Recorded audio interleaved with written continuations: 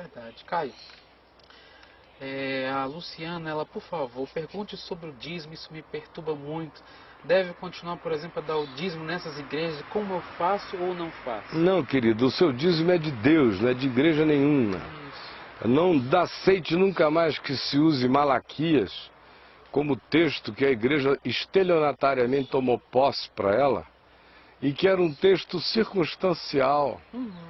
O dízimo sempre esteve estabelecido em Israel, para o sustento da ordem levítica, da manutenção do templo, para a distribuição aos pobres, não só o dízimo como dinheiro, que era naquele tempo o que menos se dava, porque não havia moeda em circulação. Então o indivíduo pegava o dízimo do que ele tinha produzido na terra, ou o dízimo do seu rebanho, dos seus grãos, da sua produção, e levava para o templo, porque era disso que a classe sacerdotal comeria, antes de se tornar uma indústria extraordinária, que foi aquela que Jesus encontrou no templo, onde até casa de câmbio tinha. Porque tinha um negócio inteiro rolando no templo.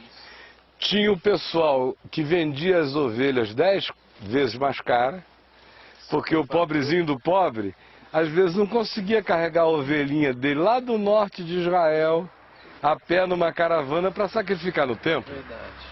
Então chegou um momento que foi ficando mais prático comprar no templo a ovelha. Agora aquela passagem, Caio, lá, se eu não me engano, está em Deuteronômio, onde diz que se fosse muito distante, ele deveria pegar aquela quantia, aquele valor, aí sim transformava aquilo em moeda e faria uma festa.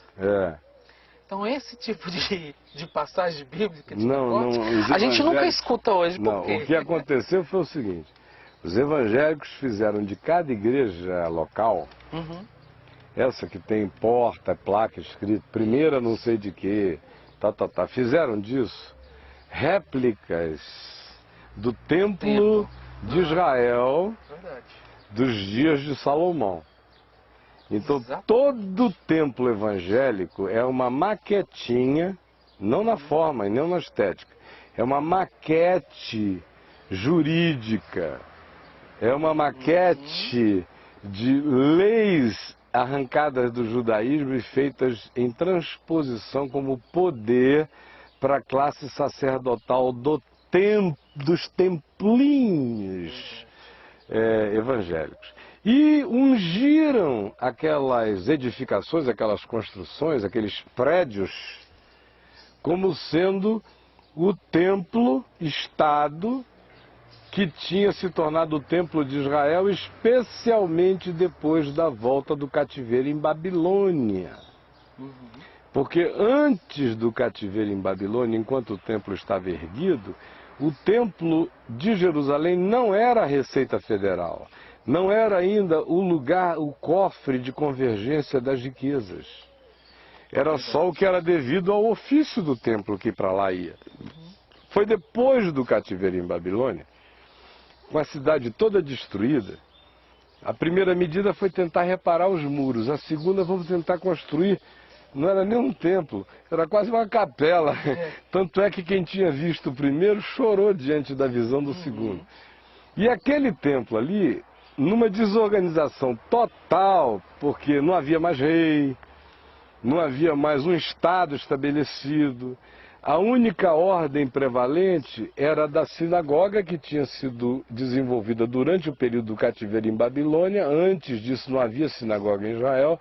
Ela foi um substitutivo para ensinarem a Torá na terra estranha, onde não havia templo, nem lugar de culto, nem lugar de sacrifício. Aí eles voltaram e a sinagoga voltou com eles. E o templo ganhou agora esse papel, em função das circunstâncias desorganizadas, de um centro de convergência, virou um templo-estado. Levar o dinheiro para a casa do tesouro, conforme Malaquias diz, tem esse contexto. Só que, no Novo Testamento, tudo isso acabou. No Novo Testamento, ninguém deve mais dinheiro a nenhum templo nem a algum lugar.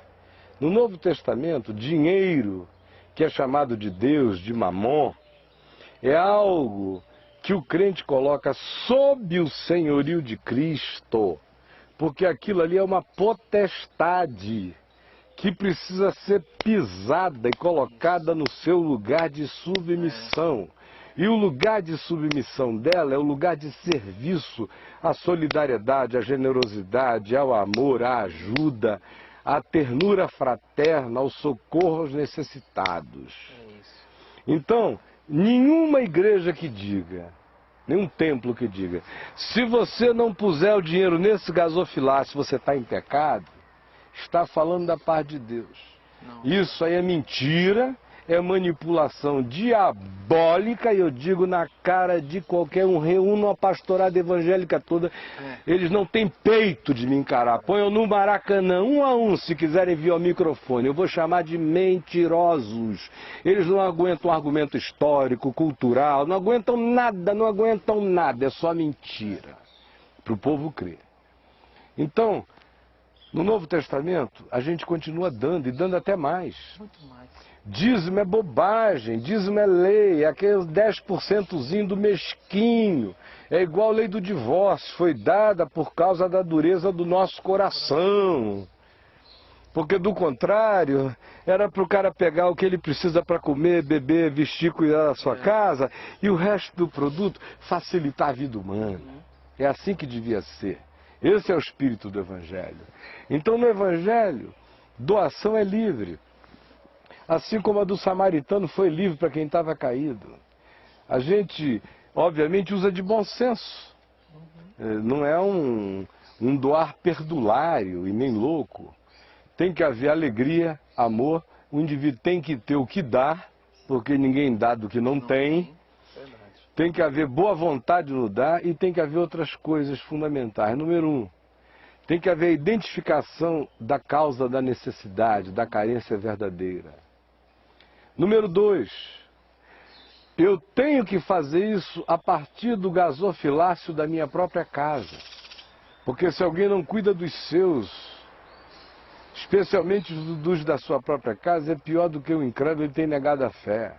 Aí fica esse povo pegando o dízimo todo e indo botar os 10% lá dentro daquele gasofilácio, e a mãe do cara está passando necessidade, o pai não vê a cor do dinheiro, a irmã mais nova está num perrengue danado, mas ele não ajuda. Por quê? Porque o dízimo virou moeda de troca. Ele não pode dar para ela, porque lá na chamada igreja dizem que se ele der para a irmã dele, ele não está dando para ninguém, está dando só para a irmã dele, está roubando de Deus.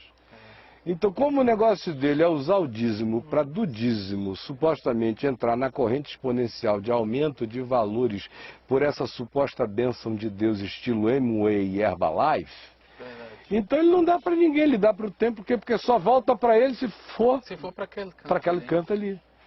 Então o que é que o indivíduo tem que fazer?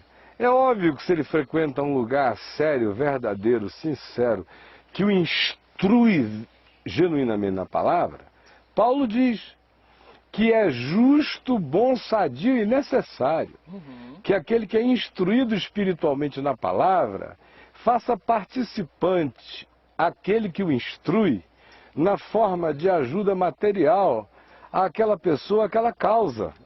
Está lá em Romanos, se repete em Coríntios, é assim que é. Segundo lugar, então ele identifica, bom, eu recebo, ensino aqui nesse lugar. Esse lugar tem necessidades, as pessoas comem, vivem, tem gente dedicada exclusivamente a me fazer esse bem. Então deixa eu olhar aqui como é que as coisas são, e eu vou determinar um percentual bom, legal, expressivo, significativo, e vou ajudar aqui todo mês. Agora, tem uma outra área que tem a ver com o exercício da minha espontaneidade de fé, de amor, de misericórdia, que é sadio que eu guarde não na poupança, que é sadio que eu guarde para andar de olhos abertos, como João recomendou, para que se eu vir o meu irmão passando necessidade, eu tenha com que socorrê-lo. Então, se alguém me fala de dízimo, não está me falando de 10%, e eu não trato disso como 10%, até no caminho eu tenho dificuldade de usar essa expressão. Eu digo, traga a sua oferta com o nome que você der a isso. Porque dízimo não é. Cada um contribua segundo propôs no seu coração, não com tristeza, ou por necessidade, porque Deus ama ao que dá com alegria. 2 Coríntios 9:7. Visite nosso site, libertecedamatrix.vix.